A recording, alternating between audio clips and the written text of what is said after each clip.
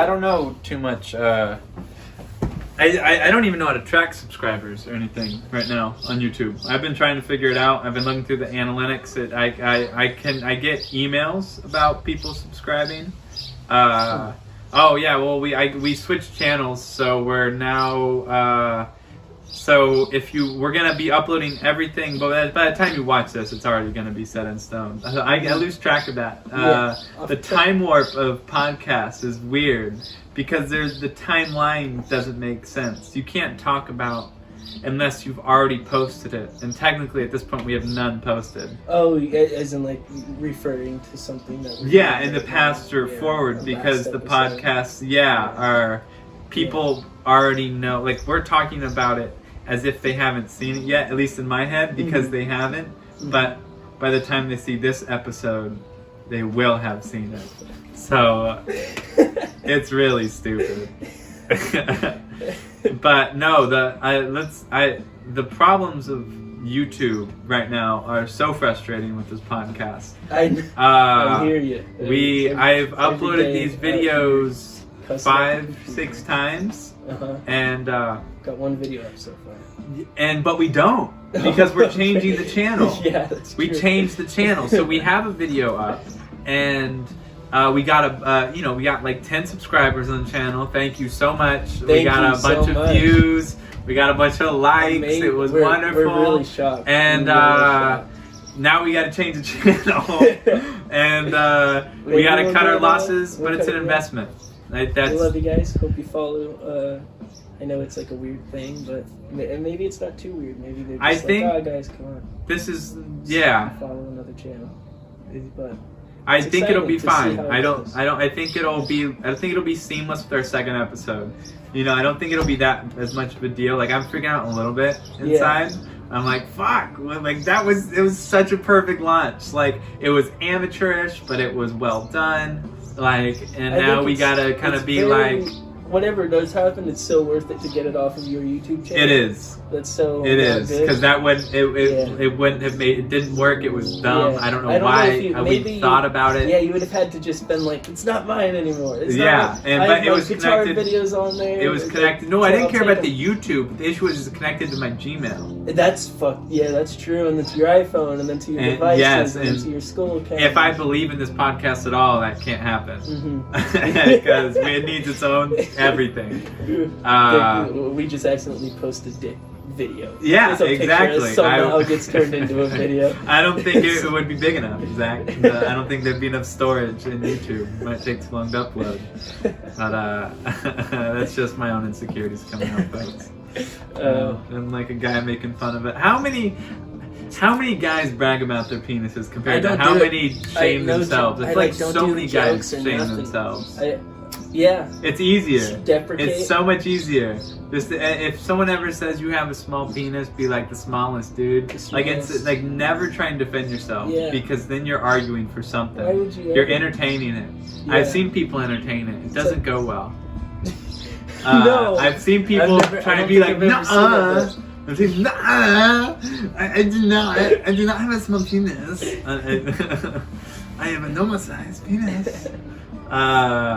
That's like I will on Letterkenny. It was funny. They had an episode about a guy who finds out he hears on the radio you should be measuring your dick from your balls to the tip, as opposed to like from the base. He calls it the pubic bone. Very scientific.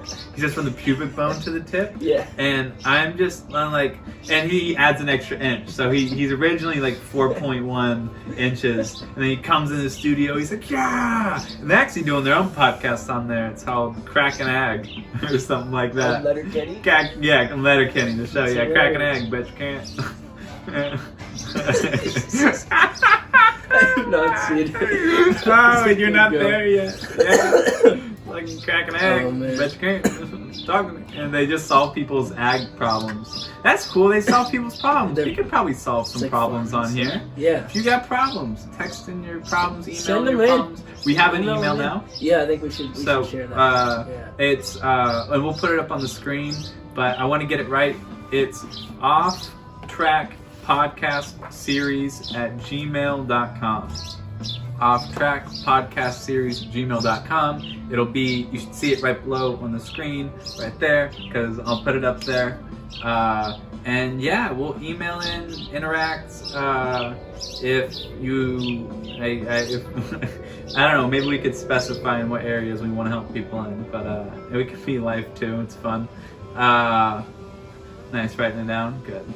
But yeah, give us an email, interact. We'll interact back. We got the time, got the motivation right now. I always support the use of a good notebook. I love that, Zach. I got my notebook here. Got my 5-minute journal. I love this book. I love the journals that we got. I don't know what it was intended for. And then this is like my favorite part about the book. Is it completely blank? It's amazing. Or is there words or? It's an introduction. So it's supposed to be like a spiritual, like magic book. You're supposed to write about your shadow, keep track of all of your spells, beginning your magical journey. It has like this introduction. So you're supposed to like use it as like a spell book. And then where'd you get it? Talks about the elements. It was a gift from my mom. Awesome. It's amazing. Always give. Zodiac I've signs. Never been mad at someone who's given me a journal for a present. No, every Christmas I get journals, art stuff, and that's like all.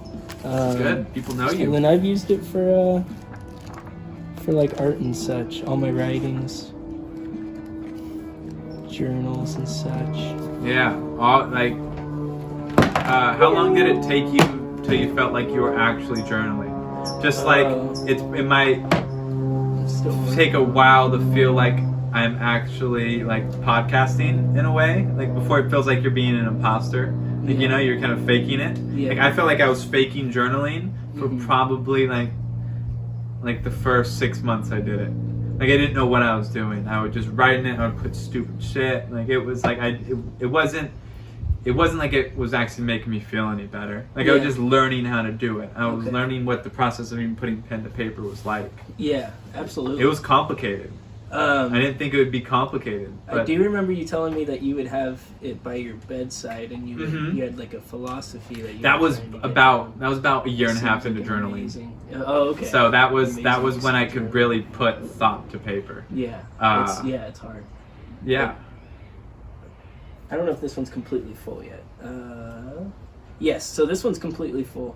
I always go back. Sometimes I go back in my journals. Like there's a quarter page there. It's a quarter page there. I could fill that up. You just flip it upside down and it's clear it's a different drawing or a different writing. I think these 5th and 6th journal, I think. Oh, hell yeah. Yeah, I've been journaling for a while. I've been journaling. I've since I was like problems and emotions.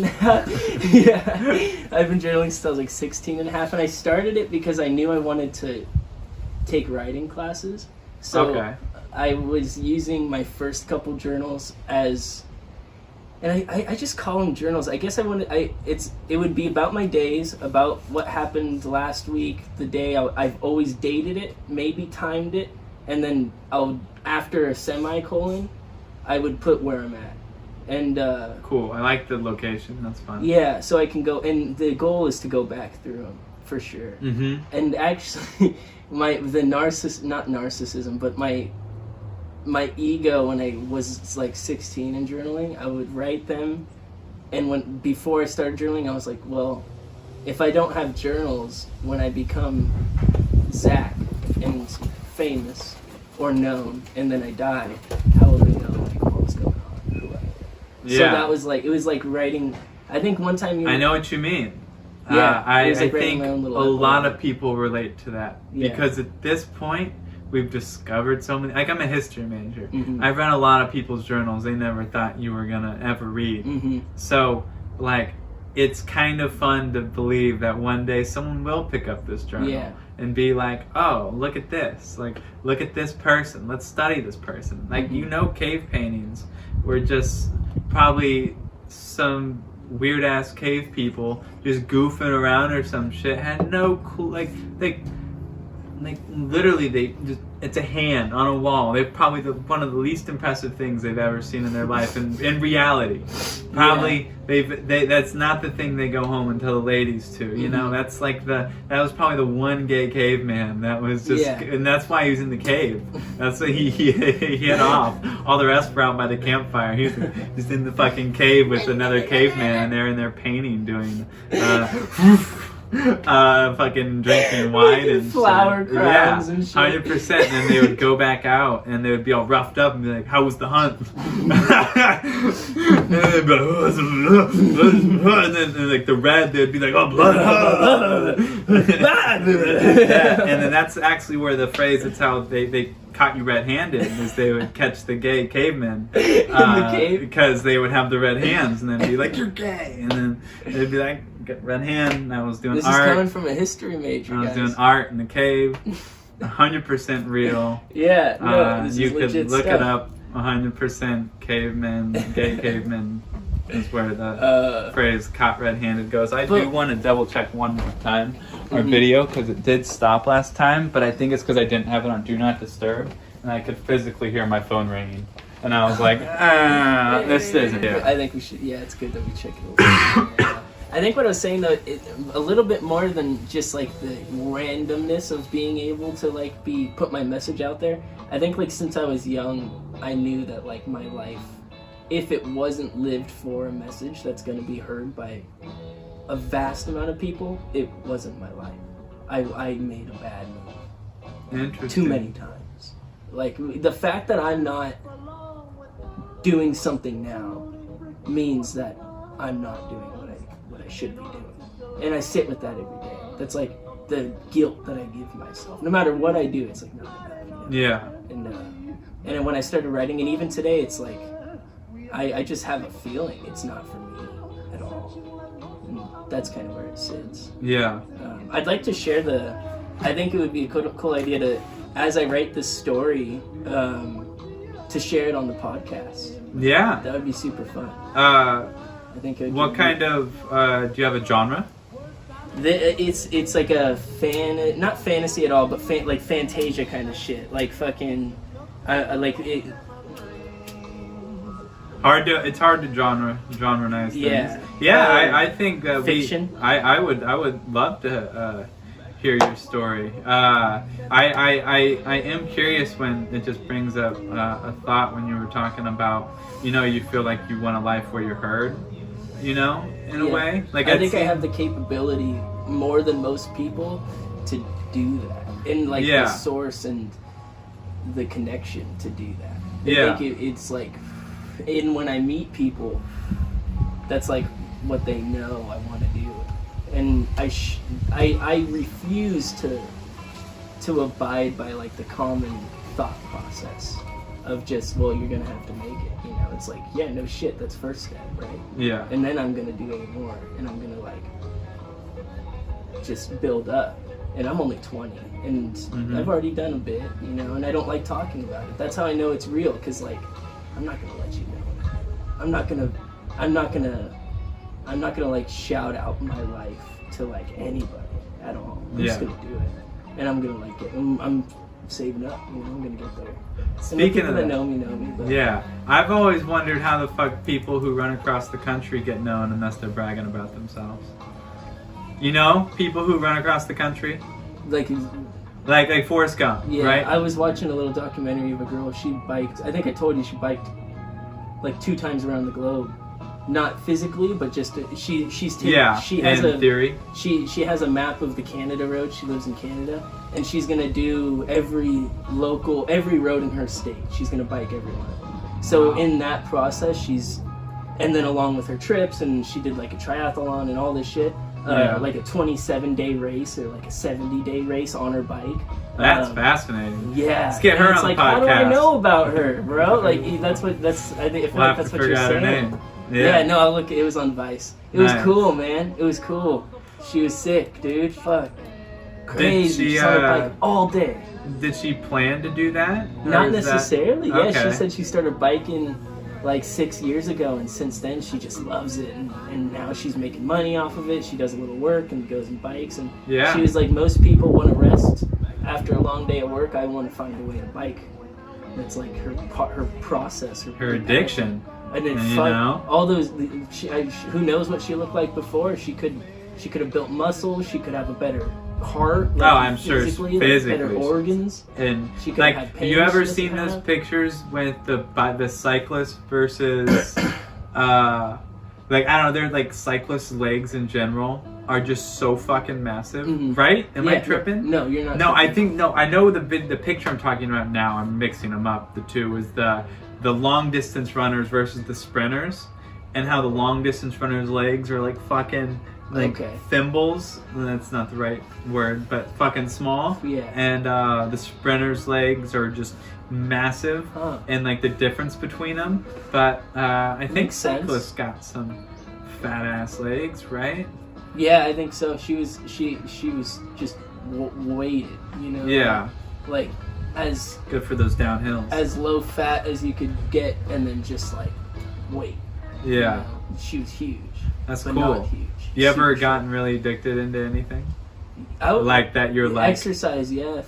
Okay. I've been fortunate enough to not have to enter a gym or run for the last like 2.5 years and look the way I do. It's incredible, and it's not gonna last. But I worked out for 2 years before that and I biked every day. I would bike to work. I could have taken the bus. I'd bike to work, bike home. I would run every day. When I went on vacation with my family, I would be going running. I was eating really fucking good. I was on a keto diet, then I went to vegan. It's weird how it works together, right? Yeah. Like everything is so much easier when you have momentum. When everything's like when you do it together, it's really hard to like work out and not eat healthy. Oh yeah, yeah. You really, I don't know people that. Some people are crazy, man. It's like, what do you? It's like, I don't know. Yeah, so we'll stop talking so you can cut that out. Yeah. It's like, you ever seen South Park, this episode? No. There's a great episode of South Park, I'll talk over them, where these motorcycle guys come into the South Park town, and everywhere they go, and everyone's calling them faggots. They're like, faggot! And then they're like, why are people calling us faggots? They're like, we gotta do it louder. And so they and just louder and louder. And like the whole episode, they're just trying to explain the fact that like we don't mean gay. We just call them faggots. We just don't like it, but not gay. Yeah. Like I don't like gay people. It's so funny. I like South Park. These little kids trying to explain it. Oh, I'm much more. Then again, I think there's like a three quarters of me that truly hates South Park and Family Guy. Oh, how come? It's such dry humor, and it's like you and your dry humor. Park, it's not dry humor. South what Park are you really talking gets about? in there very well with like predicting shit, but it's like The Simpsons are great at predicting shit. Yeah, you want to talk and about that's that? another one I couldn't get into. I don't know. I think I can't. I couldn't really get into them. Family Guy's stupid enough to where I can get into it. Hell no. I love. I'm watching Family Guy and I'm waiting for them to say a joke, and then they change the screen to some bullshit. And then I'm waiting for them to say a joke, and then they change the screen to some bullshit. It's so perfectly stupid. Oh man, they're missing hits the whole show. And then Simpsons, they're missing hits the whole show. And they like shove in with like their fucking steel toe boots, like Family Guy has the best fucking jokes. Up. They have the best fucking jokes. I've never felt that way. They're so like when they make their puns. And they're like when they do the cut scenes to like a fucking Predator. No, Family Guy. When they do like a cut scene of a Predator fire truck sneaking up on a fucking thing. That's funny, but it's one in a million. No, there's so many. When he says he can go into a girl's bathroom because he's retarded, like all of these things is such perfect humor. It's so funny. It's not. It's like not even not funny because it's offensive. It's just not. No, get past. It's a joke. Just my opinion. It's a funny. I get that. I love it. I'll fight about it for days. I love. Like that is to me. It not all like nearly. And I'm saying no to the fact that I don't think it's like I don't think that they're crossing borders. I don't think at all. I think they try so hard they try to be hard on hot topics. No, wait, like, Family Guy? Oh gosh, but all of Family South Guy, Park, Simpsons, yes. Family South Guy, no. Park. Family Guy doesn't give a shit. And South Park follows. For sure. I don't. They actually do a good job. I got respect for him. My high school students know about Jeff Bezos only because of Amazon. I mean, only because of South Park. Because sad. he's on an episode. That's awful. But that's how you have to learn shit sometimes. So better to have it than not have it in any media form. That's like better for someone to learn about something on here than to like never learn about it on all. Even if it is ridiculous. But that's also comparing us to the John Oliver show and the Tonight and Last Night Tonight and the Weekly Show and Stephen Colbert. 100%. No, because it's fake information sliced in with the. But that's daily different. News. But then we are different then. I don't know why. I don't know anything. I don't watch those shows. I don't know anything about them. Yeah, it's real news. But it's real news. So what part is fake? It's so quick bullet point misrepresentation of fact. Yeah, they're manipulating It's just a skit show. You're watching a skit show and you're hearing about things that hopefully you heard in the papers. And then you're hearing about things paper? I don't trust the paper. That's my thing. I don't trust. I'm not talking about getting a paper sent to your house. But in general, what news info do you trust? I don't trust. Like honest question, I watch. If you're going to have to, which you do, settle. If you're going to have to settle, I would settle for Al Jazeera News. Okay. I would settle for BBC News Network. I would settle. This is where people lose. This is where people stop listening. I would get yourself on your fucking Google, whatever, and make a tab for C-SPAN. That's all you need. Okay, what's that? I don't know what it is. It's C-SPANN. And it's a live news network in a way where you go on there and it's video conferences in the White House. It's the board legislation conferences. Okay, so it's kind of like public record of video. But it's or news. Sorry, not of news. Yeah, and it's the actual important stuff. It's not you watching. It's not your grandma watching Fox, CNN, or going on your computer, or going on the weekly shows, or watching maybe like the podcast. I hope is different. Or watching South Park or Family Guy, and then maybe ending up on your phone for 5 minutes a day to like maybe see something on Facebook or swipe left on your Apple News bullshit. And it's like all of that is so choreographed for you to pay attention to that if that's your only source, then you know fundamentally everything that you shouldn't know. Yeah. And good job. And I'm not talking about your students at all. Yeah. It's like general. Well, I'll place myself in that same ignorance. I honestly, I don't know where to go. Yeah. And that's on purpose. It's not our fault. They scatter you. It's about.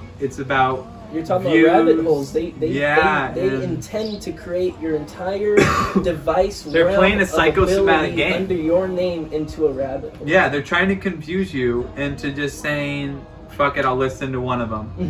Pick a religion. Yeah, that's what did you say 4 minutes ago? You got to have something. If it's there, it's there. If media is there and it's giving you information, take it. Well, that's not what you said. But sometimes you got it. Sometimes that's what's available. But I do think that's true, but, I do think but that is, South Park doesn't like. I don't know much. I don't watch it that much, and I'm not very opinionated in the first place. As far as like I'm a very opinionated. I'm opinionated, but at least not about. I'm not. That's a problem. I'm not opinionated about this topic, at least. But I feel like in South Park. Fuck, I was going somewhere. I feel like in South Park they don't always like try and force you to like. They normally will focus more on the comedic approach as opposed to the political approach. I understand. And so that's why I'm okay with it, because it's more like an introduction of a topic as opposed to a side that you might actually take. I don't hate the show. I don't want the show to go away. I just have had an opinion since I was like 9 that when I watch Family Guy, South Park, and The Simpsons, I just wish it was funnier. I just wish it was funnier. I wish they didn't pay so much attention to all that stuff. And if they did, which I love that they do, make it a funny show. don't lose track of the fact that I'm trying to watch a television show for entertainment and jokes and funny. Like Rick and Morty, bro. I'm not going to mention Rick and Morty in a bad sense because it's a perfect equation in my opinion. It's my opinion. Yeah. It doesn't mean shit, but it just feels better. They do it better. And there was a point where there's a Rick and Morty episode where like Morty gets like raped by like the Bean Man or some shit, and like I put the show away for about a week. I was just like, because I was watching it a lot, and I was like, maybe this is the time that I wait till I want to watch the show again. I got overwhelmed by it, and that's all right, but that's being opinionated, you know. And I don't think that connects to Simpsons or anything at all. I think I've just sat there and was like, that was funny. That was funny. My buddy had it on when we were in Fresno, and I mentioned that I don't like it very much. Which and he was one? Like, Family Guy. Yeah. And he was like, you know, I didn't get to watch it at all when I was a kid, so now I watch it, and it's like, he literally had it on. I went into his room in the morning. He was watching it all night and had it on when he woke up, and like, because we had a moke in his room, we had to moke in his like room by the window and nowhere else in the house. And I just walk in there and it's on, and it was on. I had to fall asleep with it blaring in the living room. It was, I don't know why, but he had it on so fucking loud, dude. And then he fell asleep. And I was like, I hate this fucking show, and I want to go to bed, and it's just screaming. It was just screaming. The poor neighbors, just Family Guy. And like, I'm sure that episode didn't come on, but there's like it was like an iconic episode. One of the cutout. It was the episode where they go to Africa because he gets his father-in-law gets scammed. Mm-hmm. So it's a good episode. I like that episode. But they're just like probably listening to it. There's so many classic moments. Like the whole like when Stewie's heckling Brian for money. Like, where's my money, Brian? Oh, yeah. Where's my money, Brian? Yeah, you've been dabbing me, huh, Brian? Where's my money, Brian? He takes a bat. Like, you're like, huh? You think you just dab me? It's all good. He's like, it's fine, Brian. Don't worry about it. And Brian's like, oh, okay, cool. Breaks his fucking knee. The episode where they have to kill he's trying to kill the horse, and then it kills like in the slaughterhouse. No, it's like the racehorse, and his leg is broken. Oh, and he's trying to take him out back or something like that. Was it an outskit? I don't remember. And shoots him instead. Yeah. Oh, for sure, Family Guy. Come on, bitch. And I think there's an episode where Peter kills like an animal in the house or some shit on accident. No, that when I was in high school, that was the first show I watched with a friend that I felt was like mildly inappropriate. That like I had to go to connection people have. I had to go to another friend's house to watch it. I liked Adult Swim. I would watch Robot Chicken. Yeah. That was a little too out of my zone until I got a little older. Even then it was like, I'm gonna fall asleep to this weird shit. See, that's a different. There's no point to that. That's a literal that's stoner humor. That's stoner humor for sure. Yeah. With what I was saying was though, as far as like the Family Guy was my first introduction to some of these crazy ideas. And talk about a way to be introduced to congratulations, things. Family Guy, for being out there like that, but at the same time, I feel had like the DVDs. people give them That's how old it was. Credit. That's how old it was. He had the box set DVDs of Family Guy. Back when that shit was real. Now, if it's not on Netflix, if the show isn't put on a major media stream, there's a big chance we're not gonna see it again. Yeah. You know? Even like the Midnight Gospel, how cool that is. Yeah. Gotta be on Netflix, you know? Yeah, well, that's fine. That's the fact that Netflix has the span to do that's pretty amazing, right? Yeah, absolutely. Like, Netflix could span so much that I'm surprised the Joe Rogan podcast isn't on Netflix. I was listening to him talk to Tim something, maybe. It was another guy that has a podcast. Yeah. And this guy's been just revving his house up with all the electronics he could own for Yeah, his podcast. hopefully we'll get mics Since, soon like, too. yeah, I think that'd be we amazing. deserve them at this point. Yeah. Well, I think we need to get one video posted, or maybe our second one. I still have 0% processed right now. I have 100% That's uploaded.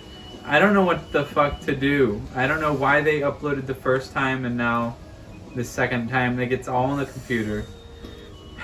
Makes me sad. If anyone wants to help us with our Please. YouTube videos and how to upload them, you won't be able to see this unless we figure it out, though. We'll have to get Nate if he's around. He might be around. I don't know. So, but we'll get him up. I think again, it's just a matter of figuring something out. But whatever. Different paper than any other paper that I own, but that's okay. It looks thick. It's a nice fucking paper. Yeah. But I have OCB papers. This ain't no OCB paper. It was in my pouch. Oh, okay. It's interesting. It's Wow. a gift from Gift? Jesus Christ! Holy shit! That was Jesus Christ! Oh, Jesus Christ! Tyson Fury, Yeah, watch the Tyson video. Fury sings. What's the name of the song? Miss American Pie or American Pie. American Pie, or like The Day the Music Died, or whatever it is, right? Yeah, you got the name? I just want to get it right. American Pie by Don McLean. Yeah, there we go. American Pie by Don McLean. But Tyson Fury sings a song at the end of his title fight against Wilder, and I don't know his other name out of brutal honesty. He's just Wilder. He's just Wilder. Frickin' Wilder. Wow. Wilder broke into my Wilder, house and what? stole all my milk the other day. He took 8 cartons. Fucking Wilder. Took the ham and everything. Oh. My kid had some birthday cake left over. Hopefully He took that. He didn't take the ham in the fridge. No, I'm sorry. That's from Just Friends. But regardless, he sings this song, and what does the guy yell out? Oh, he shouts out to Jesus Christ, like the Yes. Savior, and then the guy in the background just Jesus screams in a Scottish accent, Jesus Christ! Yeah, let me. It was just fucking amazing. I'm so happy you remembered that. Look it up. Look it up on YouTube. I wish we'll figure out how to pull stuff up. But yeah, it's so great. That's a huge step. I love hearing things in those videos. That's why you gotta watch them with friends. I think we've lost an art. I haven't watched YouTube videos with friends in so long. I used to do it with my college roommates, like all the time. Like YouTube videos were so big. Now it's just like you kind of see everything personally, you know, because you're no longer huddled around a computer. You're around your own computer, and you just have to pass it that way. No one. Man, that's something that used to be cool, is huddling around a computer. Yeah. I kind of miss that shit. Yeah, absolutely. I never did it much. I was always like sitting in front of a computer and was like, what the fuck do I look up on this thing? Yeah. I remember very useless bouts of YouTube when I was like in my house, and we had this little desktop near the backyard, and I just never really knew what to look up. My parents never listened to music much. It was like, it was like Mariah Carey. My parents don't listen to and shit, music and, either. like, so I would like try to find music, and I bet I think I probably found Wiz Khalifa on you, or my big sister introduced me to Wiz Khalifa on YouTube one day, and I was like, what? Your big sister? Uh-huh. My big brother introduced me to most of my music. I listened to. No one introduced me to any of my music. I will give a shout out to my mom's boyfriend, Leonard Luna.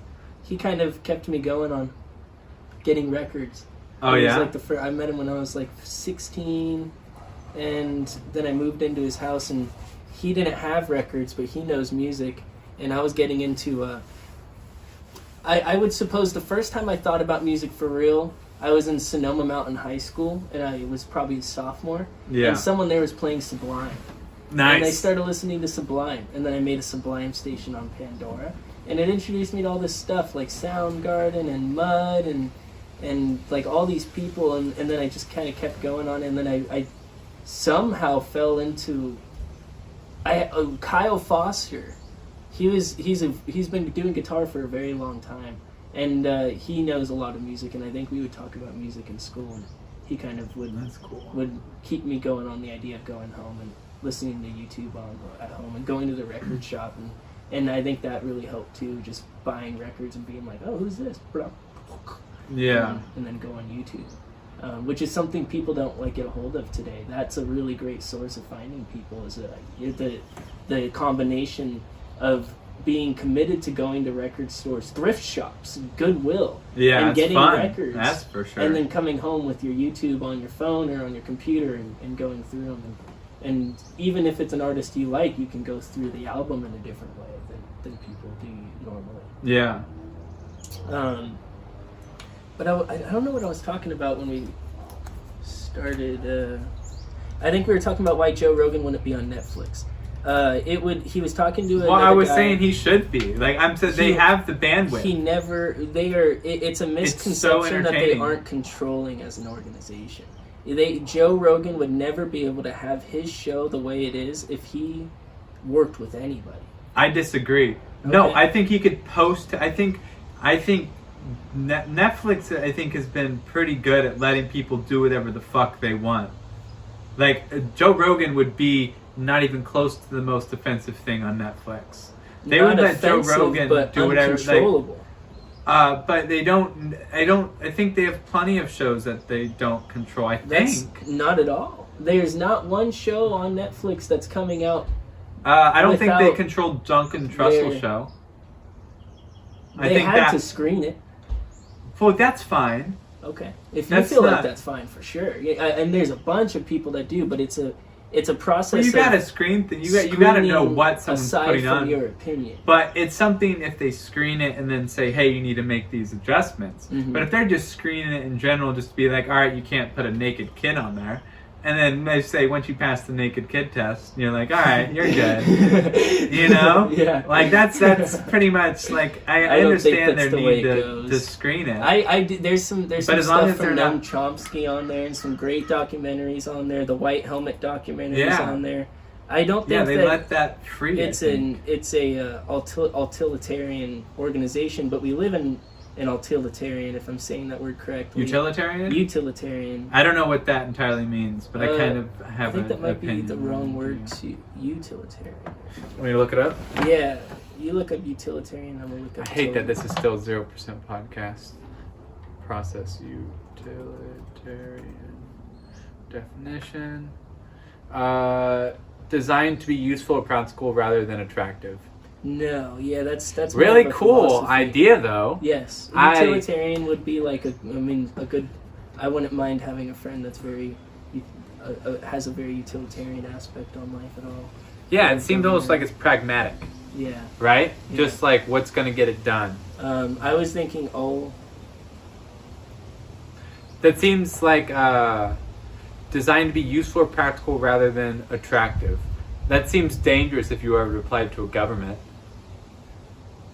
Do you see where my kind of brain's at? If it doesn't need to look attractive and it just needs to be useful, it seems really quick to just be a dictator.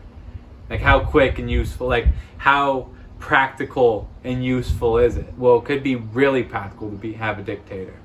Like it could be the best thing for a country. Yeah. Like as far as the whole, you know? But I think I wouldn't. I've never even thought about a utilitarianism like that. In economy, designed to be useful, practical. We have quite the opposite than that. I would, in my opinion. I mean, it's more like it just wants to be attractive. It's all it does is wants to be attractive. Yeah. Like it's anti-utilitarianism is our government right now. The word I was looking for is designed to be the least useful and practical thing possible, and it's designed to be the most attractive thing possible at this point. And it's got everybody scammed. And sure. It succeeded. It's anti-utilitarian. Fuck. We're reaching a point of breaking where if you live your daily life in a way where you're not opinionated or making changes or changing minds or being anti-daily a simulation in a way, just this cultural washing where you don't get to actually live a life, you get to have fun. I get to go hiking, and I get to get in my car whenever I want. You have these excursions. Yeah, exactly. But there's no actual life source for you to make a difference anywhere. And I think You think I don't so? want to connect. Yeah, I think it's very hard.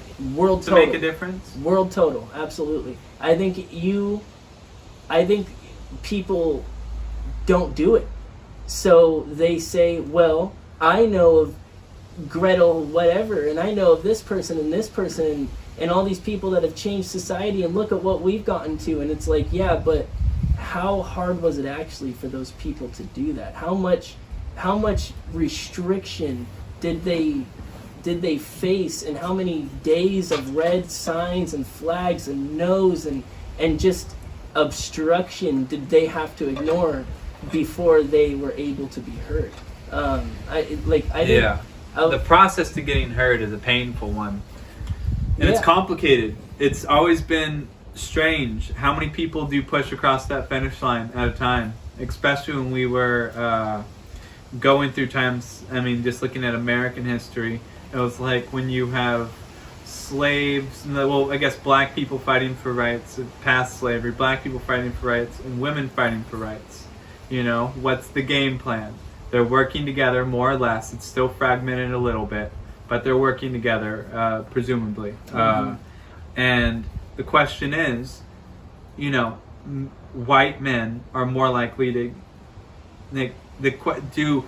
Do you try and go across together? Do you try and gain the right to vote together? Do you try and gain your civil rights together? Do you try and gain these rights together? Or do you try and push one across the finish line and then the other one reaches back and takes them with them and hopes they don't forget? Yeah. And that was always and we ended up going for women's rights and then black people's rights. Yeah. But I think I always see it as like this little game that the government and institutions play, where it's like, oh, okay, so there's no longer peace because you've been screaming for so long. How can we pacify you as a society for now? And then they do, and we take it and we move on. And the natural progression in society that is us, computers, and the huge change in lifestyle. Sorry. We live in a great time, but we take so much advantage of it. And I was writing in my journal recently that we live in this space where we don't give anymore, and we just receive all the time. And there was a long time in natural history and society where you had to, before we were able to break up an atom and live this way and to melt down material to create energy and feel, you had to give in a certain amount of product to get a transfer of energy back, and then apply that into the Industrial Revolution and before that, agriculture and everything. And now we live in this time where it's like, well, someone's going to do it and it's going to happen, so I literally get to do whatever the fuck I want to do unless someone stops me. And it's totally your decision. And you make that decision or you don't. And I feel like at a young age, decisions were being made for me, for one. And I was living in this space where I was looking around constantly and I was just like, absolutely not. This isn't me. This isn't where I'm supposed to be. And at some point, I'm going to start changing shit. Because no one else is going to do it for me. I'm not going to be able to ride on the back of what happened in the 70s and pretty much stopped in the 80s as far as political uprising change, because it's not affecting me. It doesn't matter that I'm white, and it doesn't matter that I'm in California, and it doesn't matter that I'm in the Bay Area, because I'm still at the bottom of what I could imagine in my personal experience. So that choice was taken away, and at one point I had to start making decisions for myself that really took a lot away from me. Like I didn't get to do a lot of the things that people get to do. Like if I'm asked, like you asked me why I started journaling, it's so that I didn't lose my mind. I started meditating so that I didn't lose my mind. I didn't hurt, like, I had sisters, but if I had a brother, I would have been hurting that motherfucker. Like, there were times where my little sister, I was like trying to have to raise her, kind of having to try to raise her is what I meant to say. And there were times where she just simply would not listen. no matter how small of a thing, no matter how big of a thing, no matter how important it was, she would not do it. So there were times where me and my big sister would have to pick her up and bring her to wherever she was supposed to be doing whatever she was supposed to be doing, and put her down.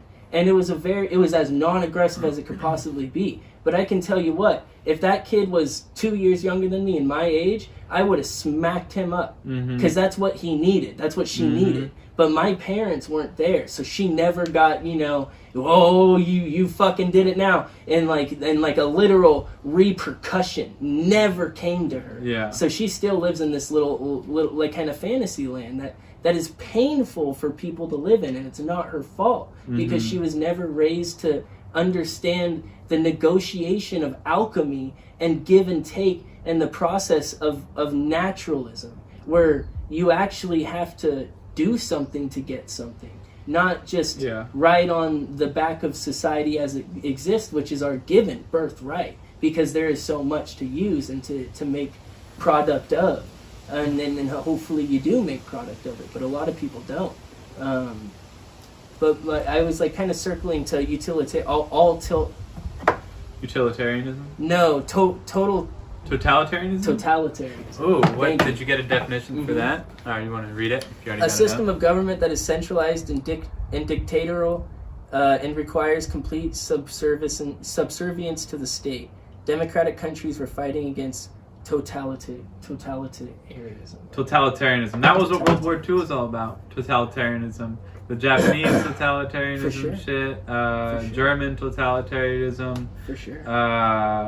And then Italy's totalitarianism. What was that dude's name? It wasn't Mussolini. I hate trying to do this shit as far as memorizing. Yeah, the names we were talking about. I think for me it was different. I was in a family of giving. Like my family, my mom and my dad are some of the most passive people I've ever met, and my brother, me and him are kind of in the middle. But I might lean a little more on the other side, actually. I may have rebelled because of it.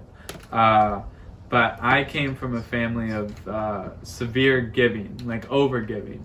Like, you give even if it hurts you, It doesn't matter what this does to me, I want to give this to you. And I was very similar, and I am similar.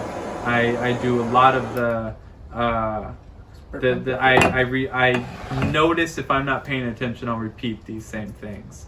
And so for me, I've had to find ways to take more, which I've had to be okay with trying to be selfish in a way and like think about me. And I often find that people are better off when I'm thinking about me, because it's one of those things where it's like, take care of yourself and take care of others. Yeah. And I've always had my shit like 80% together, I would say. So it was like, and for me, it's a very high functioning 80%.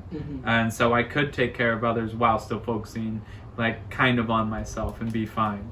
But now that I've had this time to just kind of sit back and focus just on me, I have had more blips and like motivation, I guess you could say. But I'm having much more kind of insight and focus on what I really want to do, which I think you got to have these blips of motivation, those lingering moments, so you can get to these points of like realizing what's next. It's good to have these moments of like lulls to figure out, all right, now what? Because life stops giving you steps after a while. And that was crazy for me, because kindergarten, whenever, elementary school, high school, college, grad school, job, did it. Now, what's next? I sit at this one space on the board for 40 years until I roll my dice and go to retirement step. Like, no, I need more board spaces. I want or fuck the board is another way to put it. Like, now I'm in a spot in life, I'm 24, there's no more given steps. Now the world, now society, and luckily my society says, and this is the good part, that I like that we're not forced into giving, because it makes the giving that does happen a lot more pure. What do you mean? I think now, because I'm not forced to do anything, like a lot of people, there's more steps. Like they have to, in countries, it's like you go to high school and then you go to the military, you know, and then you go figure out college. Then from college you get to college, and then you have a family, and then and it's very much more planned out. I feel like, I don't know, but I feel like in America we have, especially where we're at in California, we have a much more sense of freedom, where I don't have these same steps. I don't plan on having a family until I'm like 35. That's a lot of downtime. So what am I gonna do? It's like freedom, but it's uselessness. Cause like, no, I think you think ultimate freedom's useless. I think this is power. Freedom. Well, yes, but I think as far as society goes, having a job where you're working at home, I have an income, I'm with people. You're in the spot, dude. I agree. Like in my absolutely. perspective, like obviously I can go further. But comparison is the thief of joy. If you ever want a good fucking quote. It's a great one. So, like, I feel like I'm at peak freedom I've ever had right now. Yeah. Being economic and time-wise, at least in my life. That makes perfect sense. And I find that it's really, I don't see a reason why, like, and I like that it'll ebb and flow. Like, it's gonna end. Like, I want to go back to the classroom. I don't want to keep this up. I am excited for that, but don't be someone that out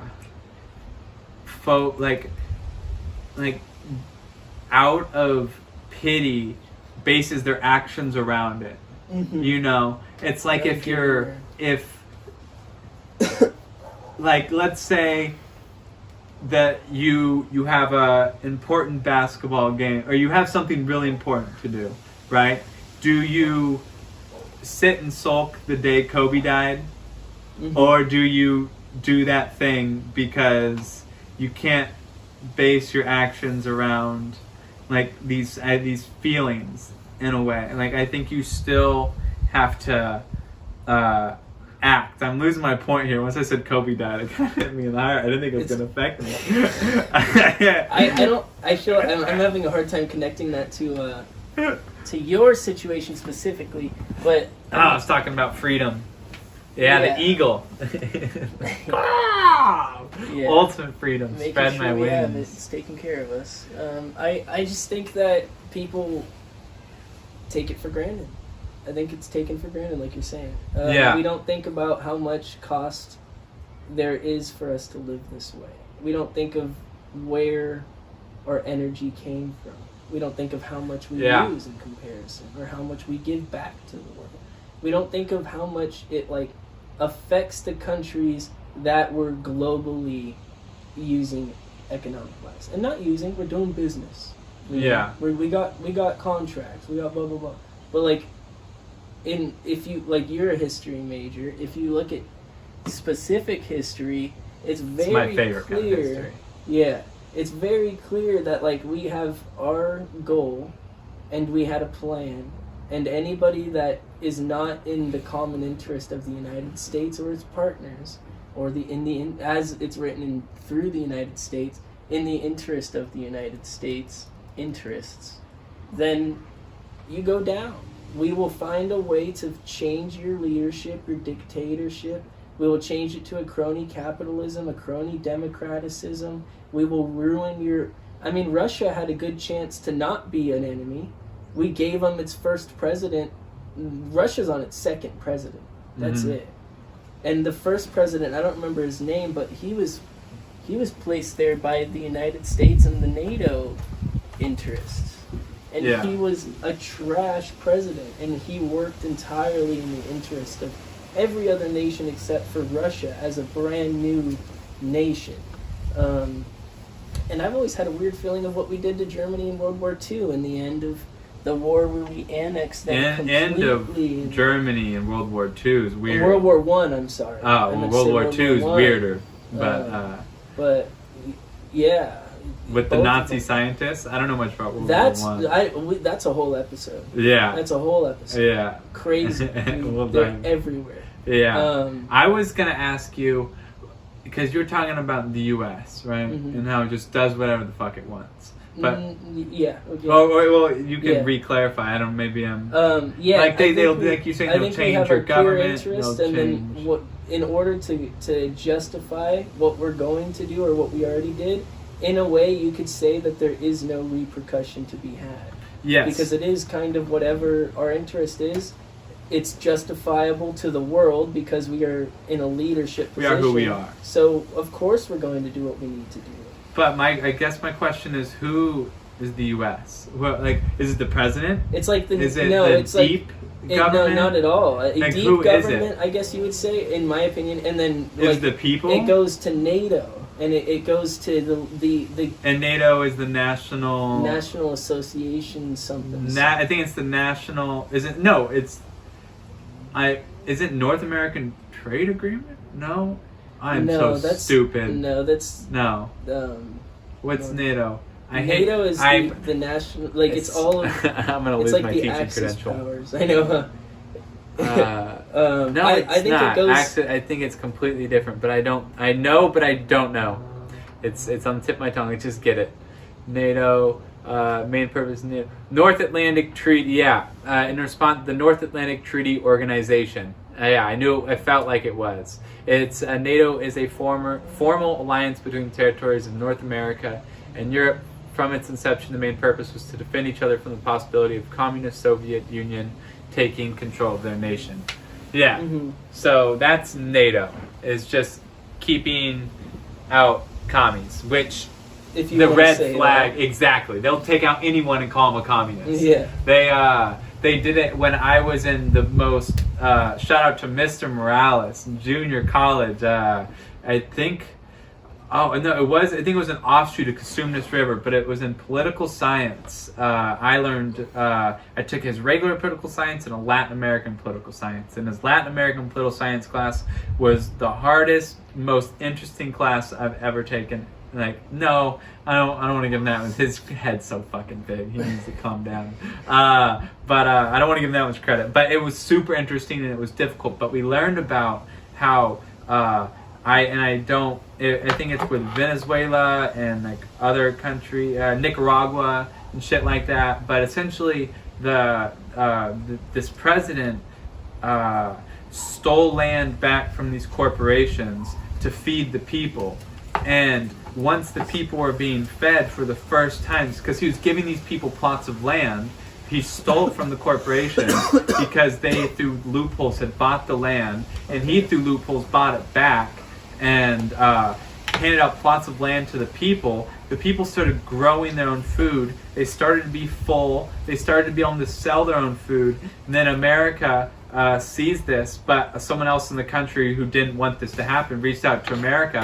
And they're like, hey, we're having a power shift here, and things are starting to stabilize or some shit.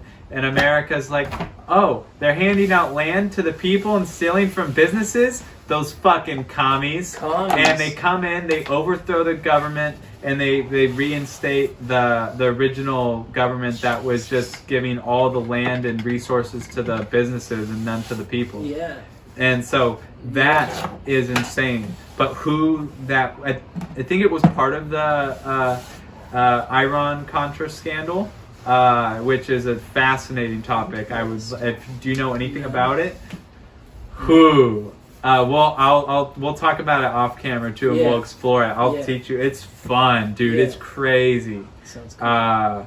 But it's just about the government overthrowing people, but it's about individuals. Is the point though? Is that the government is, is it one entity, or is it a bunch of organisms acting partly for an organization, but partly independently because they're also selfish and fucking greedy and have their own shit that they want. Yeah. So like when a CIA agent goes off and maybe buys a shit ton of cocaine and is transporting it to the U.S., or when Trump blows up a person, that the one terrorist leader, I guess, is that our whole government, or is that just one person acting? Mm-hmm. What do we equate to the United States? Well, those are pretty small. Not those specific examples, yes, but I think you can make a graph of it, the effects of one single person in times of history and where that went and how awful that was, and then you could make a graph on a higher scale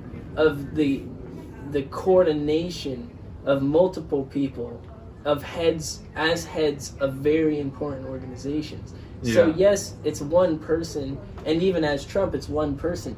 But as soon as that one person enters one sort of responsibility, then you don't get to say that anymore. They don't get that one sense of responsibility, because we all, in one way or another, and then all of them or whoever allowed that person and is allowing that person to continue their structure of power.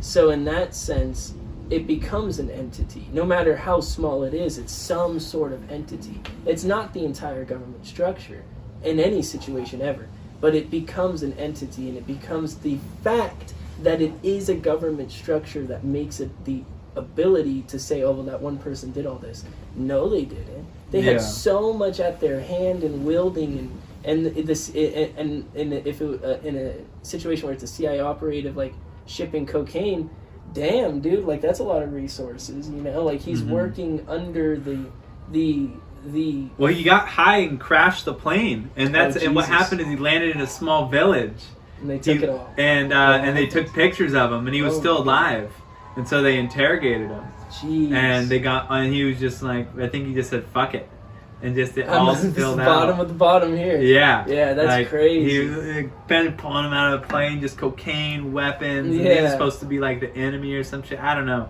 but insane, right? Yeah. And it's just these powerful ass individuals. I'm reading this cool book by Noam Chomsky, and it's like an interview with him and someone else, and it's about the history of U.S. intervention in South America, so kind of like political South America history of the 90s. Okay. And he goes in depth. 90s apartheid's still going, right? Yeah. When does apartheid end, do you know? I don't know. I don't know either. Our video didn't upload, by the way. The processing got abandoned again. We may need Nate's help. Jesus Christ! That'd be a great title. Yeah. Jesus Christ. That would be definitely. But I think that keep going. That was Malaysia is a nice example for how much a few people under government structure can cause a huge amount of corruption. They were embezzling like $20 to $30 billion out of a year or something out of Malaysia, and it was the prime minister. He started a company, a shell company, which was in Singapore, before Singapore was the Singapore you know today, which is rich as fuck.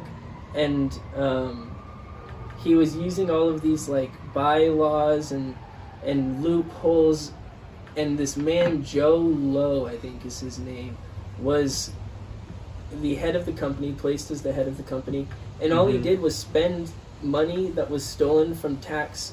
I should look up the specific name of a couple things. Malaysia had it was the prime minister's idea. Don't put us both out of commission here. I know, this video is going to get barred. It was the prime minister's idea to open a private funding account for the taxes of the nation, so that he could publicly trade with companies, quote, with paying money, and then bring it back. And what he actually did was use this company with Joe Low and a couple other people, and they just got rich off of taking tax money from Malaysia. To 1994 around is when apartheid ended. Okay. Just saying. And where was apartheid? In Africa. Yeah. South Africa, mainly. It was like keeping whites and blacks separate. Jesus Christ. 90s, dude. Oh, it's so recent. So recent. We have a long... all the way up to today. I was in the Dominican Republic 3 years There's ago. grandpas more bitter about girlfriends that they had in their childhood, that have been bitter about girlfriends longer, bitter about exes longer than people have been able to be bitter about apartheid. Yeah. You know what I mean? It's gone. Like, it's so recent. Like, gone and went. like it's Gone and so went. recent. A couple drinks, I forgot it's in Africa.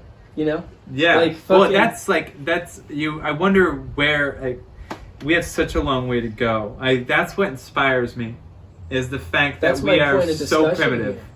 We That are so as primitive. a society, that's not like a common topic, and that's not a common lifestyle, or a common. It might be something people say, but it's not what people sleep with at night. It's not what makes them sad.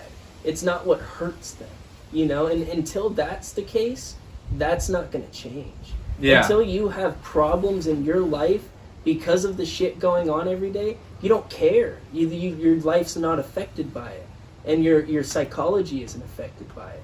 And a lot of people like it have very much been allowed to just drift on through and not care about it, or are like convinced that it doesn't matter by family members or people that they care for, just never make it an aura. And it has to be like there's so much involved with sitting with the pain that people feel every day in the world, that it has to be a daily job. It has to be something that you're focused on all day, and it's gonna take away from other stuff. And I felt that constantly going through. If someone goes through my journals, they're gonna think I'm like I'm not a terrorist or anything, but I don't like the world. I'm upset, and it's all I talk about. And when I'm up at night, when I'm up in the morning, when I'm smoking, drinking, meditating, working, doing the dishes, it's the only thing I think about is just general injustice, I guess you'd say. Yeah. And people know me for that. That's like, it's what I'm known for, I would say. That I just, like, you will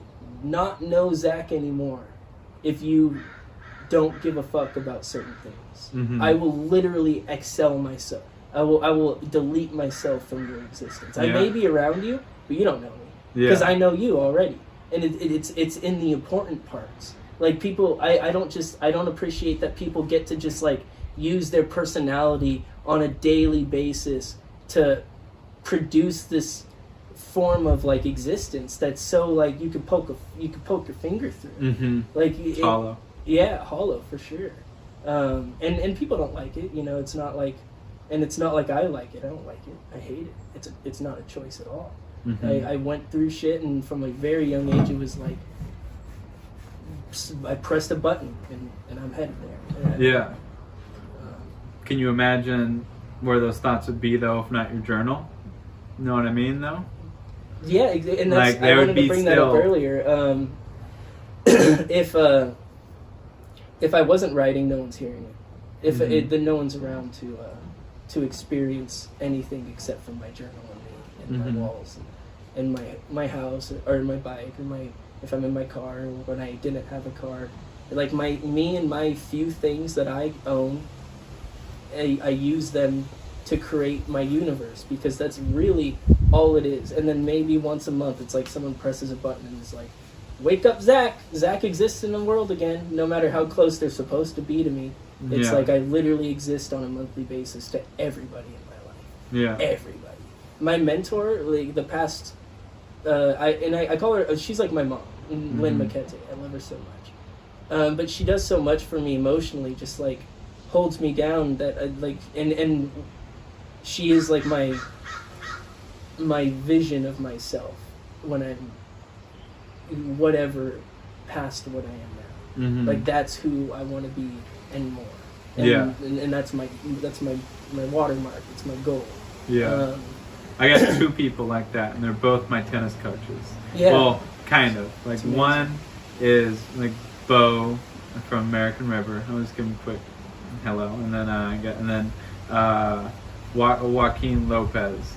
You talk about like that sense of secureness, like someone, like you say, your mentor, or at least what I understood, like your mentor, it gives you like kind of, I don't know, it's a sense of, is it secureness, I guess, in a way. I'm trying to think about now what, like, I was going to say my mentor secureness, and then gives me. Someone I can you go just look to. at what she does every yes, day, thank and you. It's like someone that no you one else is doing aspire that. to be. Someone that you are in wow of the attributes that they have, that they've acquired over this lifetime, the wisdom, the knowledge that they have, and you're like, I hope I get there one day. And I've the only other time I've said that in life is through tennis. And does it afflict you that they're a tennis coach? That's like where that's where their life source has been circulated? What do you mean? Does that? I mean, it's always an opinion. Is it enough for your heart? You touch 150 kids' hearts a day. Is that you were saying you have more steps in your board, like maybe a board supervisor or a district manager for the possibly principal would probably be next step. Toronto, next step. Yeah, and that's where you, because they're doing the same thing, I'm sure. So was that always like, oh, I'm going to get into this position of having the amount of people that you're sending your message to are circulated yearly in a way, and you get to gain these bonds? I want to explain so that you don't think I'm like, well, he's just a tennis coach. Is that enough for you as a mentor? Is that's where your heart sits?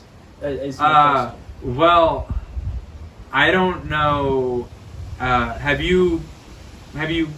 What was the latest age you played sports? Have you had a relationship with a coach like that before? No, not necessarily. No. Okay. No, I couldn't say it had. No.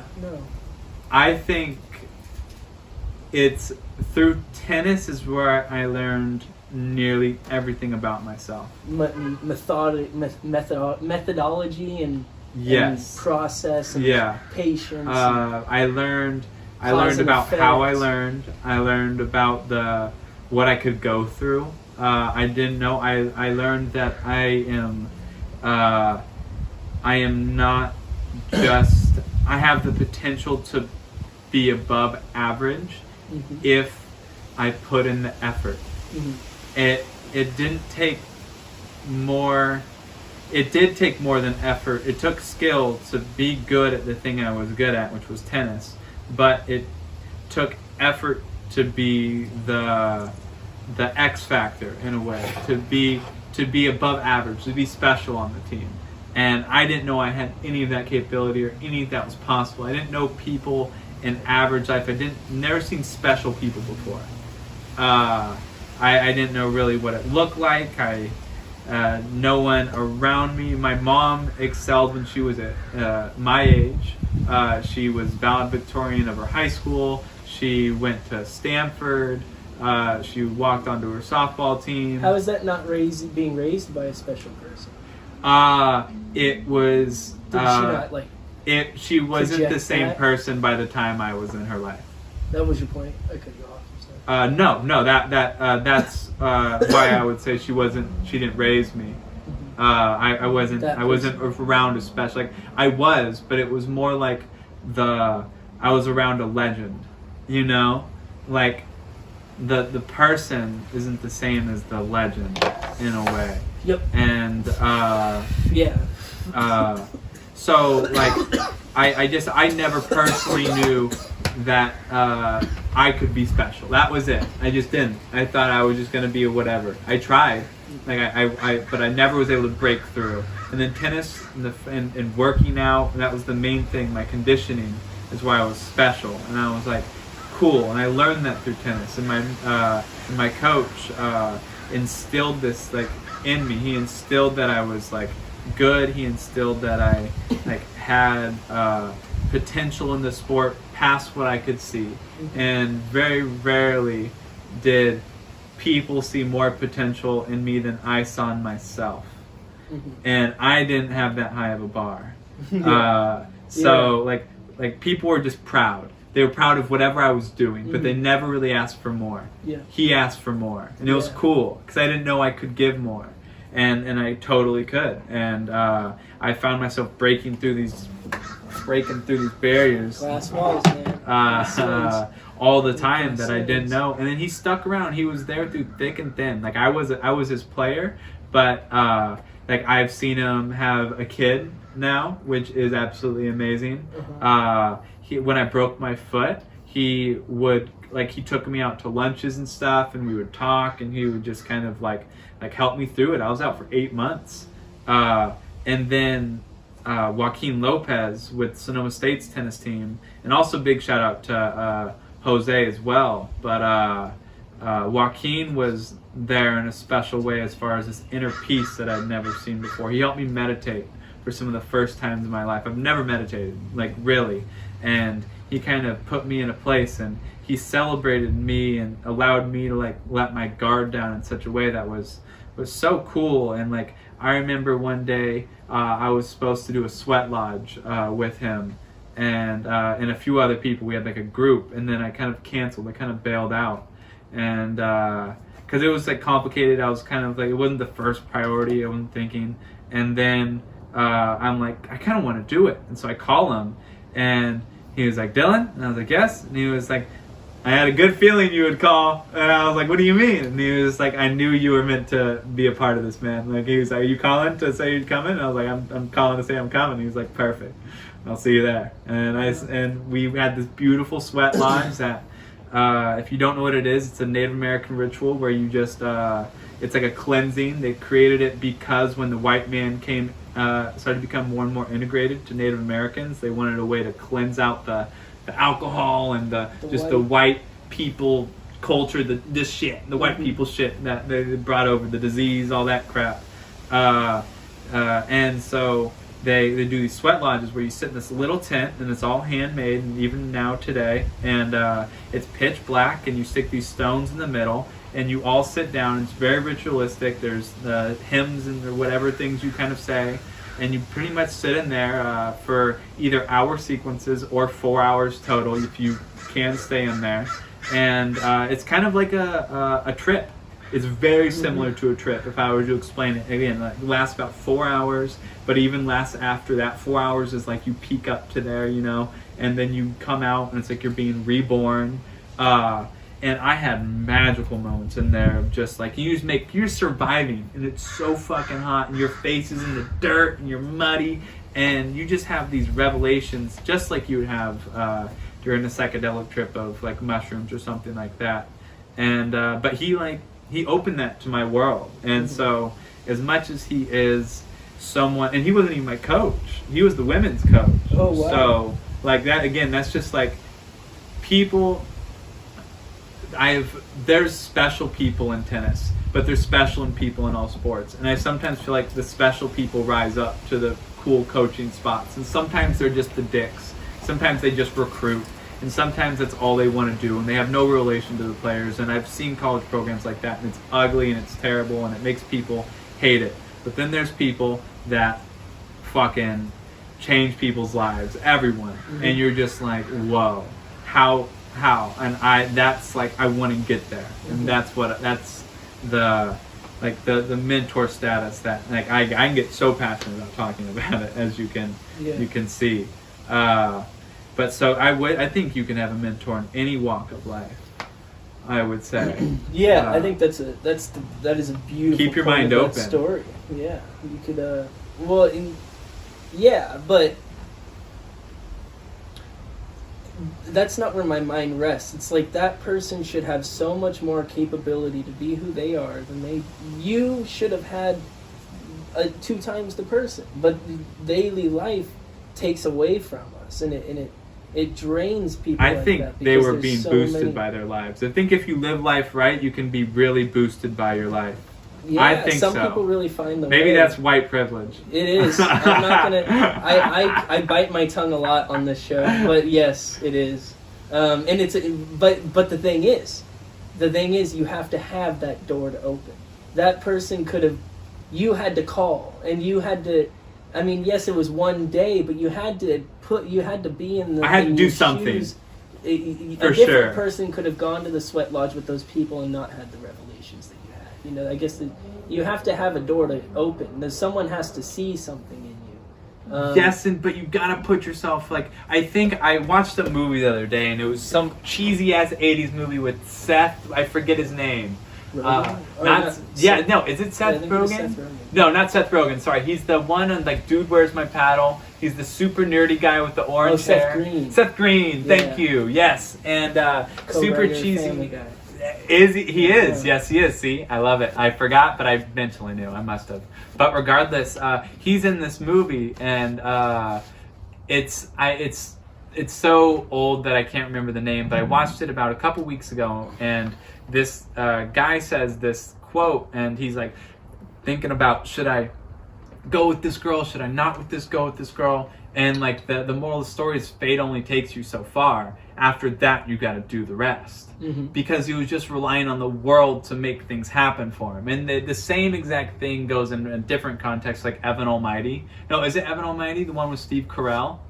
I don't know. There's one where Steve Carell Evan plays Almighty's God. No, JK. plays Noah. He plays Noah's Ark or whatever it is. Yeah. And he realizes that nothing, like he realizes like nothing's gonna happen. God only gives you opportunities to make things happen, or something like that. Or it's some movie, I don't know. But I do like the idea that, you know, sometimes I feel like life puts you in a lot of different situations. It's just or not always, but sometimes fate works in such a way that it puts you in a situation where if you don't do anything, nothing happens. But if you do something, your life could be changed forever. Yeah. And you never know what those things are going to be. And you never know that's like what are going to be duds or what are going to suck. And it's going to stop you from doing a bunch of other things. But, like, I think, honestly, like, I think I did take action with my mentors and stuff like that, and I did place myself kind of in their hands in a way. That's the door. That's what I mean. Yeah. You have to be able to be... There's a song, and it's not about that really, but it's about love, and it's like the Eagles, and it's like, she can't take you if you don't know how. And it's like, the world can't take you if you don't know how. If you're not that person that wants to do something and is not waiting for the world to come to them, but is searching for something, and you're gonna find something, then you will be your person, you, with a mentor, and they're gonna see that because you're trying, and you try. Yeah, you gotta try. That's my point. You have to have that door within yourself. You gotta to try give to people. And I think you could just, as long as you put yourself out there, I think it's enough. I think that's whether you're giving or taking. And that's the white privilege. Sometimes. Because I'm telling you right now, no. Just no. It's not enough. It's not. Well, you not put always. Yourself out there, There's and a then luck. Every day, some people, you have to be better. And if you don't, you will fall. Because people are taking you down. And that's past my life. That's past racial privilege, that's past economic privilege, that's past sexual privilege. That could be anywhere. And I've met people, I've seen people that have been in that situation. I spent 2 months in the Dominican Republic where people don't, yes, you put yourself out there and then you forget about it because that doesn't matter. You need to do more. You need to walk that 8 miles to get to wherever, and you need to But walk America's back. different. Like, I'm talking about someone in California. Sometimes in your heart, it's not. Because I'm telling... What I'm telling you is that in my life, I put myself out there, and I was punched in my fucking mouth for it, specifically. Yeah. So I kept doing that. That became a piece of my heart. And then I had to forget about it, because focusing on that as something that gets me somewhere every day didn't work. So I'm doing that, and I'm also waking up, and I'm figuring out, I can't even go through all of it. I'm building my own foundation for these processes to avoid the affliction that I had been taught my whole life. My parents, I don't get to look back at like being raised by them and saying, oh, okay, I have this life of tools that I get to use, and I'll put myself out there with these tools that I have, and I'll work my life like a field, and I'm gonna get yield. I was given no tools, and what? Field and yield was a good rhyme. I can't help it. I was given a barren field, and I was given no tools. Yeah. And then I was the only one there. So I had to relearn all of these awful things that my parents thought and still think are okay to do in life, and to act, and to teach, and to do. And I have to write all of those away. I somehow am able to work with children, although everything I was taught from being born on as a child from my parents was for one, poisoning, pervasive, pedophilia. My father is a straight up just, I'm not going to call him a pedophile like on like something that can't be taken away, but like, yes, he's an awful person. And he still tries to connect with me, and someday he's going to see this, maybe when it's posted, and it's going to, what, I don't understand, because they don't care what they did to me, and they don't care what they did to the other people, and my mom doesn't care that she allowed it to happen, and I don't have any hate against her for letting it happen, because she didn't. She married a man, they had a kid, financial problems came about, and they had to stay together for the structure. They tried to split up, whatever happened, they got back together. It's not her fault. She's a victim as well. But at some point, when you start, she started abusing pills and never stopped. She started abusing alcohol and never stopped. She's going through her second relapse, or she just got out of her second relapse, you would say, because she was admitted for 30 days into like an in-care facility, came out, started drinking right away in a way, and got right back with her ex, who's an alcoholic, and is raising, it's just not for the show. It's not like, life isn't there for you always. And it's an amazing privilege if you're living a life where it is, where you were given, a staircase was apparent for a time. So you took it and you excelled on it. And you also have the choice to not excel on that staircase, and it's going to start disappearing in front of you. But you and other people made the choice to take that staircase and excel from it, because that obviously isn't enough to be who you want to be. Some people don't care. I, in my experience, had to forget about school. I had to forget about a car. I had to forget about having a mom, having sisters, having a dad, having aunts. I had to somehow, like you said, you were in that sweat lodge surviving. That was me in my daily life for years and years and years and years. And I don't have the worst experience in the world at all. And I've even dated people with worse experiences, and they deal with it so much better. And it humbles me, and it's like, oh my God, like I just have so much to figure out still, and it's a solid fact. And my mentor is someone that, she's a school teacher. She teaches HI, Human Interactions, at Casa Grande. So that's her daily job. And then before she was a teacher, she was in the Peace Corps, and she ended up in the Dominican Republic in La Descubierta for I don't know how long, maybe, I think it was like 6 years. And in another episode, or this episode, I can go into depth of the innate connections that she was forced to make just due to the fact that she was who she was. There had been an entire circulation of Peace Corps members before her that 3 out of 10 of them maybe did something similar to what she did in response to what they saw. But the house that she was in, really fast, had a young girl living in it. And the family's paid by the Peace Corps for letting the person stay in the house, the Peace Corps member.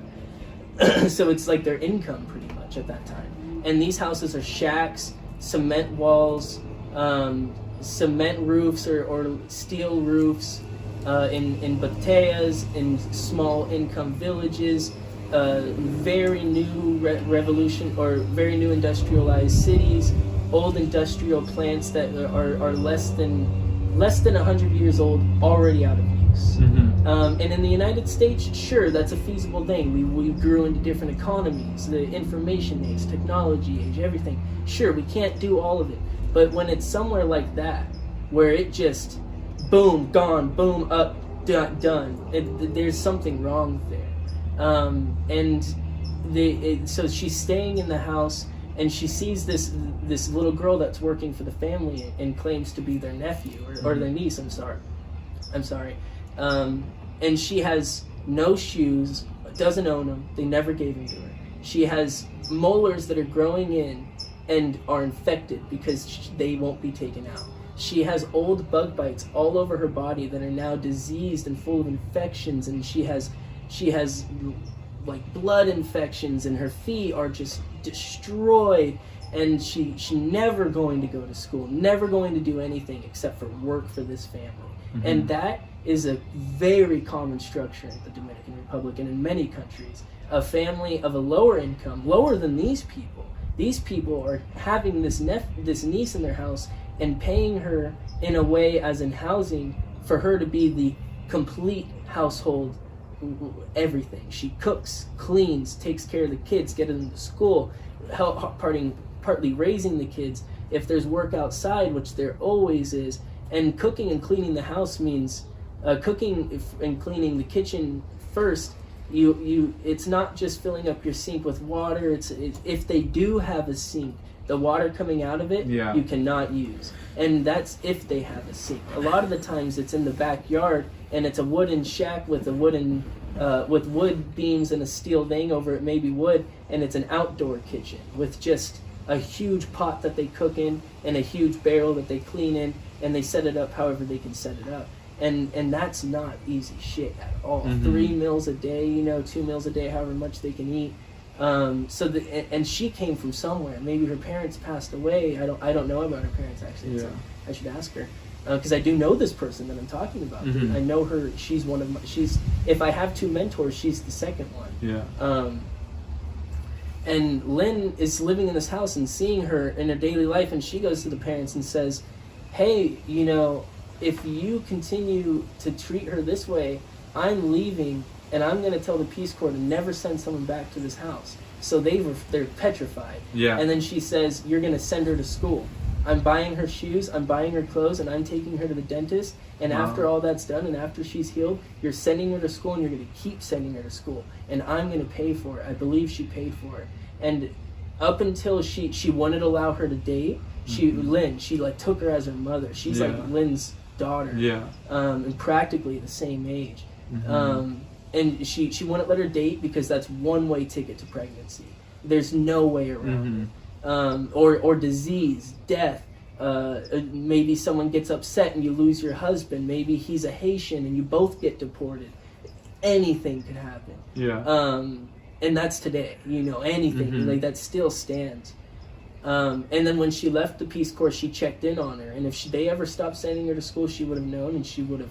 At that point, I think she was paying for the school and she was paying them, so she would have stopped and she would have taken away the payment, and she would have tried to do whatever she could for Candy. That's the young girl's, who was a young girl's name. Today, Candy is the, I think, county advisor of the COPA organization school district that I went and worked for 2 months, with 2 kids. She has her niece Annifer in the same position she was, working for the house, but she's sending her to school.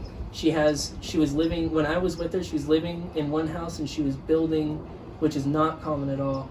She was building, that's weird to say. It's hard. She was building another. Her and her husband were having another house built in a different part of Lebanon, or Lebanon. I need some water and I drink coffee, so my tongue's not working. Lebanon or Lambambita, I'm not sure. And that's just unbelievable. And that was the first thing she did. Then she started Una Vida as a teacher, still teaching. And she's using her classroom and her church as a recruiting system to send student trips and church groups to work in La Descubierta, Barahona, and La Olla. I think like 2 times a year, 3 times a year. And it's a non-profit organization, so she does not get paid for it. It's a non-profit organization. She doesn't get paid, so it's just completely. I mean, I'm sure she gets a huge amount of tax write-offs, but it's not about that. The workload that she has as a full-time school teacher, as a mother to those children, because she, as you said and as I said, she takes her job. She takes the ability for humans to put ourselves out there, and then she puts it in a box of course, and then excels. And that's what you got to do sometimes. And she didn't even really have to do it, but in her heart, she could have never not. Yeah. And she was my HI teacher for sophomore year, and that's exactly when all the shit. My dad had just gone to jail. My mom was dating around and not being at home ever. Just started drinking. She had already been on pills since I was 7. So she just started drinking. And I was having to try to get to school. I had my big sister who had her boyfriend in the house and was doing whatever she was going to be doing. Never to a huge extent. She started drinking a bit, and she wasn't really smoking, but she wasn't hanging out with great people either. And she was having them in the house. And then I had my buddies, Creekside, joking, fuck you all. I had my buddies at the house all the time. Creekside? Yeah, it was our little gang. Hey, there it is. My brother was supposedly in a gang. Did you have a symbol? Yeah. I don't remember it. You remember it. What's the Creekside? You're not gonna flash Creekside? No, sorry, Creekside. No, they don't. We don't deserve it. They don't deserve it. All right. But I do want to do a quick shout out. Aiden Chappelle was one of. I would call me and him like the related to Dave Chappelle. Whatever. Yes, absolutely. Wow. He has a kid now, and he's doing great, doing absolutely amazing. I don't talk to him, but I know that he's just doing good. Yeah. And he one of the people that really pulled themselves out of some shit. And some people, you end up in these situations where you're in a situation that you can't control, and then you decide to make it more because that's all you can do. Yeah. And there's a way out sometimes, and you just don't take it. And I think that he had a hard ass life and a hard ass family, and some people don't. You just can't take it well, and how are you supposed to? And he was one of my best friends, and I saw him go through all that stuff. Just the struggle of how, do I get out? Can I get out? And why not just invest, right? Why not just gather a little crew? Gather a little crew. When first one falls apart, let's gather another little crew. Do whatever we can do. You go do some stuff. And it's just amazing to see that life doesn't stay the same always, Mm-hmm. I know a lot of people with kids now have learned some shit back in the day. Some stay with them, some don't, Yeah. But what I was saying, I was going through the shit, and I would show up at school, if I was showing up at school, and I would go to HI because I loved the class. I maybe went to, it was block schedule, 3 classes a day. Mm-hmm. I had a little thing, I had math in the morning, not going. HI second period, probably going. Third period, maybe go. And I think it was like HI and art one day. So is this at your continuation school? No, that was at Casa Grande. Casa Grande, okay. So I'm there that day for the second 2 periods, HI and art, if I am remembering correctly. And then I had like English, and I loved English, so I'd make it to English, and I treated it like I was in college. I was like, fuck it, man, I'll change classes, I'm going. And then and I just want to be at school. I truancy after truancy board, SARB meetings, all the bullshit. You make me cringe as the teacher. I know, no, I was fucking all the teachers. I never hit them, but they hated me. Yeah. But they saw this, what they didn't. They hated me, and then I got a lot of respect because they were just like, that I wouldn't talk about home. No way. There's none of that going on. Yeah. So I'm just showing up possibly stoned out of my mind, pissed off. I'm talking to the girl next to me. I'm sticking pencils in her gauges. All my kids are fucking stoned. All of them. Yeah, I bet. Yeah, and and then I would maybe do the work. I would fail math, and for no reason I could have done it. And they would see like the spark, just like, what are you doing? And then I fell into Miss McIntosh's class, and it's funny. There's 2 HI teachers there, I think, and the other's Miss McCain or something. McCain. I think it's Miss Kane, and I could have ended up in her class. Jesus Christ! And I could have not had the institution of soul from Lynn McKete that I received whenever I came to class. It wasn't about the backhead thought of, oh, look at this fucking kid. I don't care what's going on. It's not how old that was she? Bad. I actually never asked. 40, how 50? Okay, so kind of older. 40 yeah, 50? Okay. I was just curious if she was younger or older. No, teacher. yeah. Okay. 2-3 kids. Yeah. I think her oldest kid's like. No, I was just asking how old, like the connecting, 30, what your connection was. 25. Yeah, mother for sure. Yeah. Mom, that's my mom. So I would show up to class just like, I don't give a fuck. But I'm a good kid, so it's not like I'm punching kids. It's not like I'm like shit talking girls. I'm just like going to sleep. Like literally, I'm just going to sleep. Yeah. And that's what's gonna happen. And I was never like really confronted about it. I would have my math teacher, my English teacher would just like clap and kind of know me for falling asleep, like the ruler on the desk kind of thing, making jokes in class about me all the time. A little blurb. My mentor teacher had a sleep hammer. And that's if awesome. kids fell asleep, he had a big old hammer, and he'd just go next to the desk next to him. Boom! I was like, "You can get away with that." At the desk with holes. Bro. I was like, "You can get away with that," and he was like, "Yeah, you can get away with pretty much. You can get away with a lot. Just don't hurt him, you know." That's crazy. But it was great, and the kids loved it. It's not like he was a jackass or anything. The kids, it is incredible to watch a good teacher. Like, I've seen a lot of teachers, but because I'm a teacher, we've had the opportunity to go out and view lots of teachers, and I've seen some incredible teachers. My mentor, but the school I was at had the most incredible teachers as my mentors. Like, one was the teacher of the year. She was great, and my mentor, and just holy fuck, like the level you see from them, and then like we'll watch each other teach, and I'll see myself teach, and I'm like, wow, like it's such an art. It's such an art. So much exercise even in that it's space. So much less about the subject than I thought. Like, when you're really good, you can do both. Like, when you're really good, but your first couple years, you're just trying to nail classroom management. That is all you're focusing on. Like I think I've had an exceptional first year. I think I had good mentors, and I also have a good kind of mentality of not being afraid to try new things.